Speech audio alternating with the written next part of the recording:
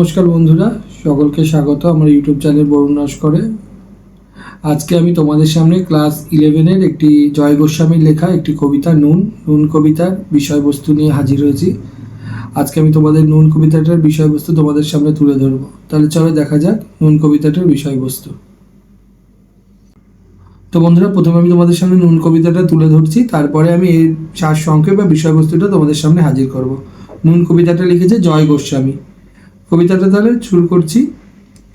আমরা তো অল্পে খুশি, কি হবে দুঃখ করে, আমাদের দিন চলে যায় সাধারণ ভাত কাপড়ে। চলে যায় দিন আমাদের অসুখে ধার দেনাতে, রাত্রে দুভাই মিলে টান্ডি গঞ্জিকাতে। সব দিন হয় না বাজার, হলে হয় মাত্রা ছাড়া, বাড়িতে ফেরার পথে কিনে আনি গোলাপ চারা। কিন্তু পুঁতব কোথায়, ফুল কি হবেই তাতে, সে অনেক পরের কথা, টান্ডি গঞ্জিকাতে। আমরা তো এতেই খুশি, বলো আর অধিক কে চায়, হেসে খেলে কষ্ট করে আমাদের দিন চলে যায়। মাঝে মাঝে চলেও না দিন, বাড়ি ফিরি দুপুর রাতে, খেতে বসে রাগ চলে যায়, নুন নেই ঠান্ডা ভাতে। রাগ চড়ে মাথায় আমার, আমি তার মাথায় চড়ি, বাপ বেটা দুভাই মিলে সারা পাড়া মাথায় করি। করি তো কার তাতে কি, আমরা তো সামান্য লোক, আমাদের শুকনো ভাতে লবণের ব্যবস্থা হোক। আচ্ছা, তাহলে এতক্ষণ তোমাদের সামনে যে নুন কবিতাটা পড়লাম, এই নুন কবিতাটা মেন হচ্ছে কি যে কবি লিখছেন জয় গোস্বামী, তিনি যে সমাজের আর কি একদম নিম্ন প্রত্যন্ত ঘরের যে সমস্ত লোকজন, মানে একদম সাধারণ মধ্যবিত্ত ঘরের লোকজন যাদের দিন এনে দিন খেয়ে চলে, তাদের সম্পর্কে তাদের জীবনযাত্রা বোঝাতে গিয়ে কবি এই কবিতাটা লিখেছে। আর নুন কবিতার উৎস হচ্ছে ভুতুম ভগবান, অর্থাৎ জয় গোস্বামীর লেখা ভুতুম ভগবান কবিতা সংকলন থেকে এই নুন কবিতাটা নেওয়া হয়েছে। প্রথমে এই কবিতাতে কবি বলছে কি যে আমরা তো অল্পে খুশি, কি হবে দুঃখ করে, আমাদের দিন চলে যায় সাধারণ ভাত কাপড়ে। অর্থাৎ কবি এখানে বোঝাতে চেয়েছেন সমাজের একদম নিম্ন স্তরের যে মানুষগুলো আছে, তারা তো মানে তাদের চাহিদা খুব বেশি নেই, তাদের চাহিদা খুব অল্প, তারা সামান্য কিছু তাদের চাহিদা থাকে। সেই চাহিদা কি তাদের চাহিদা হচ্ছে শুধুমাত্র ভাত আর কাপড়, অর্থাৎ তাদের যদি ভাত আর কাপড় হয় তাহলেই তাদের দিন চলে যায়। তারপরেই বলছে পরের লাইনে, চলে যায় দিন আমাদের অসুখে ধার দেনাতে, রাত্রে দুভাই মিলে টান দিই গঞ্জিকাতে।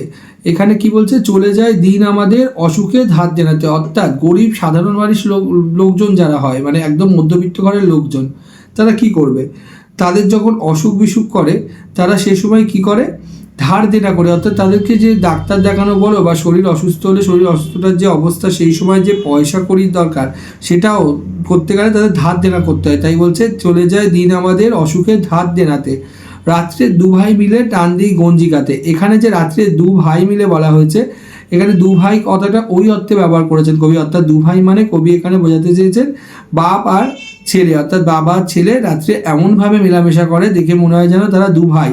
আর তারা কি করে, টান দিই গঞ্জিকাতে, তারা গঞ্জিকা মানে তারা গাঁজাটে টান দেয়, অর্থাৎ তাদের যে দুঃখ কষ্ট সব কিছু ভুলে থাকার জন্য তারা নেশা করে, নেশাগ্রস্ত হয়ে নেশায় মত্ত হতে থাকে।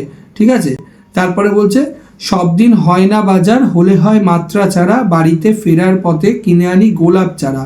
অর্থাৎ সমাজে যারা নিম্ন স্তরের লোকজন, তাদের ক্ষেত্রে কি, তাদের কাছে মানে প্রতিদিন ব্যঞ্জন রসিক খাবার ধর্ম, মানে ব্যঞ্জন পঞ্চব্যঞ্জন দিয়ে খাবার খাওয়ার মতো অবস্থা তাদের থাকে না। তারা এক এক দিন এক এক রকম ধরনের বাজার করে।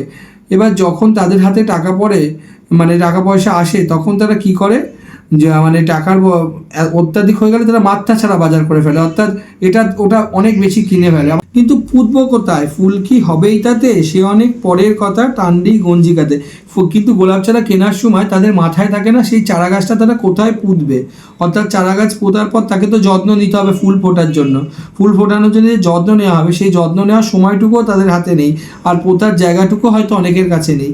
তাই বলছে কিন্তু পুঁতবো কোথায়, ফুল কি হবেই তাতে, অর্থাৎ ফুল হবে কিনা সে বিষয়ে সন্দেহ থেকে যাচ্ছে। সে অনেক পরের কথা, অর্থাৎ ফুল হবে কিনা সে বিষয়টা ভাবা অনেক পরের কথা।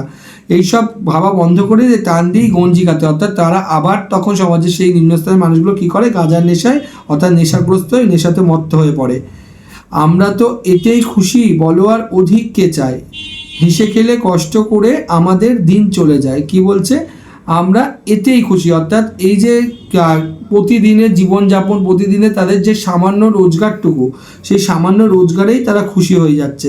তাই বলছে আমরা তো এতেই খুশি, বলো আর অধিককে চাই। অর্থাৎ শুধুমাত্র খাওয়ার ব্যবস্থা হলে, সাধারণভাবে দিন চলে গেলেই তাতেই তারা খুশি, তার চেয়ে বেশি কিছু তারা মানে সমাজের নিম্ন অংশের মানুষরা, নিম্ন স্তরের মানুষরা আর চায় না এর চেয়ে বেশি কিছু। হেসে খেলে কষ্ট করে আমাদের দিন চলে যায়। অর্থাৎ হাসি মজা কষ্ট খেলা সব কিছুর মধ্যে দিয়ে তারা তাদের দিনটাকে দিন যাপন করে ফেলে।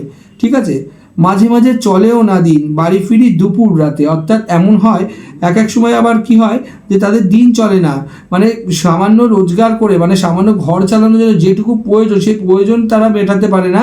তাদের বাড়ি ফিরতে ফিরতে কী হয়ে যায়, দুপুর থেকে রাত হয়ে যায়, অর্থাৎ দুপুর গড়িয়ে রাত হয়ে যায়। তাই বলছে বাড়ি ফিরি দুপুর রাতে, খেতে বসে রাগ চড়ে যায়, নুন নেই ঠান্ডা ভাতে।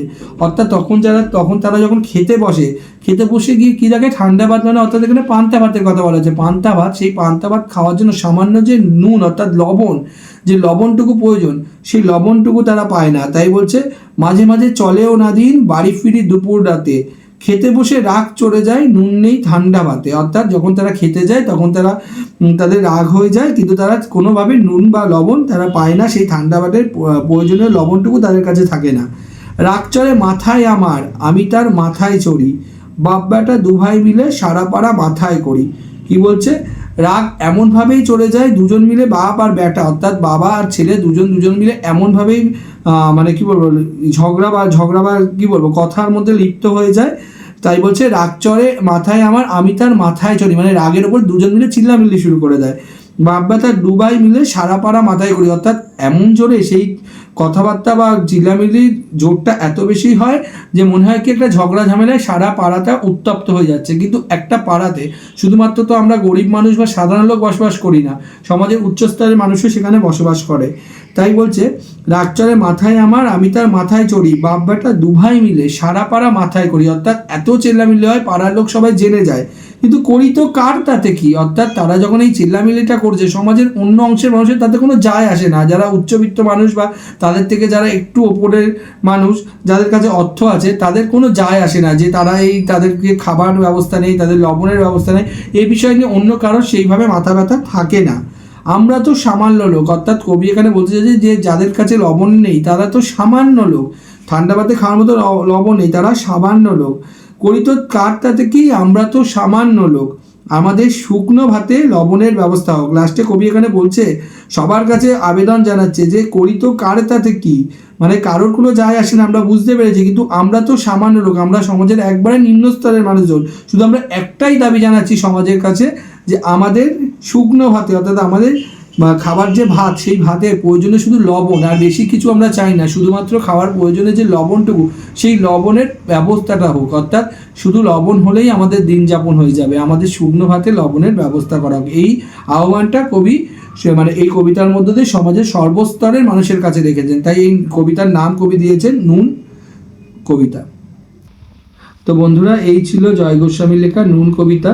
আর নুন কবিতার বিষয়বস্তু আমি তোমাদেরকে যতটুকু পারলাম সহজ করে নুন কবিতার বিষয়বস্তুটা তোমাদের সামনে নিয়ে আসার চেষ্টা করলাম।